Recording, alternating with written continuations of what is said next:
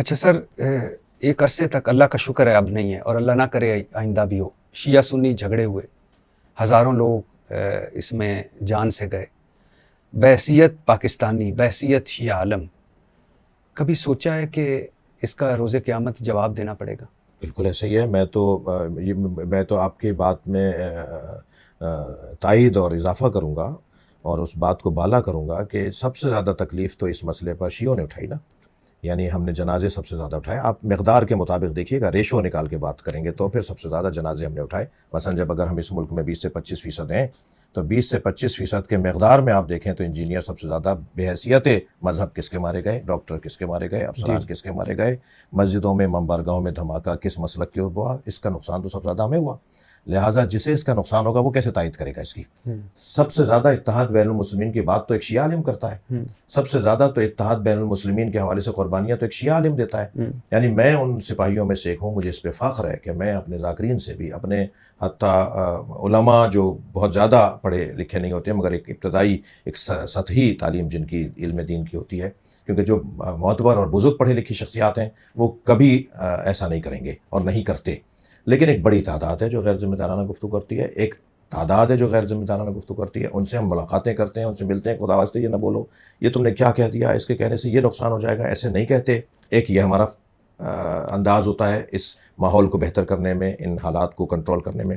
دوسرا انداز یہ ہوتا ہے کہ میں الحمدللہ ان مبلغین میں سے ہوں جو مولانا طارق جمیل کے گھر چل کے جاؤں گا، جو کسی بھی مولانا مفتی تقی عثمانی صاحب کے گھر چل کے جاؤں گا، جاتا ہوں، گیا ہوں. اسی طرح مولانا منیب الرحمان صاحب جب کبھی کسی میٹنگ میں بیٹھیں گے میں اپنی کرسی چھوڑ کے کھڑا ہو جاتا ہوں کہ آپ میرے بڑے ہیں، آپ یہاں بیٹھیں گے میری جگہ.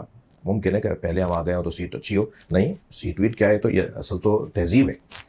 اسی طرح اہل سنت کے پیچھے نماز پڑھنے والوں میں سے ہوں. نہ صرف یہ کہ کوئی اجتماع ہو تو صاحب وہ کیونکہ کیمرے ہیں، اور نہیں، روڈ رستے پہ، سفروں میں، موٹر وے پر، ہائی وے پر کہیں سے گزر رہا ہوں، نماز کا وقت ہو گیا ہے، ہم نے کہا گاڑیاں روکو، وہاں نماز ہو رہی ہے، جماعت ہو رہی ہے، ہم پیچھے کھڑے ہوتے ہیں، ہاتھ کھول کے سجدہ رکھ کے جماعت کے ساتھ نماز پڑھتے ہیں. جو ہم کیونکہ ہاتھ باندھنا ہمارے یہاں علماء ائمہ اہل بیت نے منع کیا تو ہم کھولتے ہیں ہاتھ، لیکن نیت جماعت کی کریں گے، انہی کے پیچھے پڑیں گے. اسی طرح اور کتنی ہی مثالیں ہیں کہ جس کے اندر اس ماحول کو دوبارہ سے بہتر کرنے میں، دیکھیں ماضی میں ہم سب حتیٰ سنی مدرسوں میں شیعہ طالب علم پڑھتے تھے، شیعہ مدرسوں میں سنی طالب علم پڑھتے تھے. اب سے 100 سال پہلے، اب سے 80 سال پہلے. بالکل. یہ 1924 کے اندر جب جنت البقیع کو منہدم کیا گیا، وہاں سے فرقہ واریت شروع ہوئی. آپ کا سوال ایک یہاں آ سکتا ہے کہ ایران اور سعودی عرب کی وجہ سے دنیا میں فرقہ واریت پھیلی ہے؟ نہیں، میں اس کی خود سے سوال بنا کے آپ کو عرض کر رہا ہوں. ایران کی وجہ سے فرقہ واریت نہیں پھیلی. جب 1924 میں جنت البقیع کو منہدم کیا گیا اور کربلا پہ حملہ ہوا، 600 لوگ کربلا میں ایک وقت میں مار دیے گئے امام حسین کے حرم میں، اور وہ سارے آل سعود وہاں سے حملہ کرنے کے لیے آئے، اور انہوں نے جنت المعلیٰ کو گرایا، انہوں نے جنت البقیع کو گرایا. وہاں سے فرقہ واریت شروع ہوئی. تحریک خلافت ہندوستان سے شروع ہوئی سلطنت عثمانیہ کو بچانے کے لیے کہ ان کو دوبارہ سے واپس لایا جائے تاکہ مسلمانوں میں یہ تناؤ کشاو ختم ہو جائے. تو یہ جو ماحول اب سے 100 سال پہلے تھا، اب 2025 چل رہا ہے تو آپ 1925 میں جائیں تو 100 سال میرے خیال سے ہم صحیح کہہ رہے ہیں کہ 100 سال پہلے ہمارے اپنے مدرسے کے اندر، میں ایک مدرسے کا محتمم ہوں، اس میں 100 سال، وہ مدرسہ ہمارا تقریباً 100 سال پرانا مدرسہ ہے، اس میں سنی طالب علم پڑھتے تھے. شیعہ علماء سنی مدارس کے اندر پڑھتے تھے. آج بھی شیعہ مدرسوں میں سنی مؤلفین کی کتابیں پڑھائی جاتی ہیں اور سنی مدرسوں میں شیعہ مؤلفین کی کتابیں پڑھائی جاتی ہیں.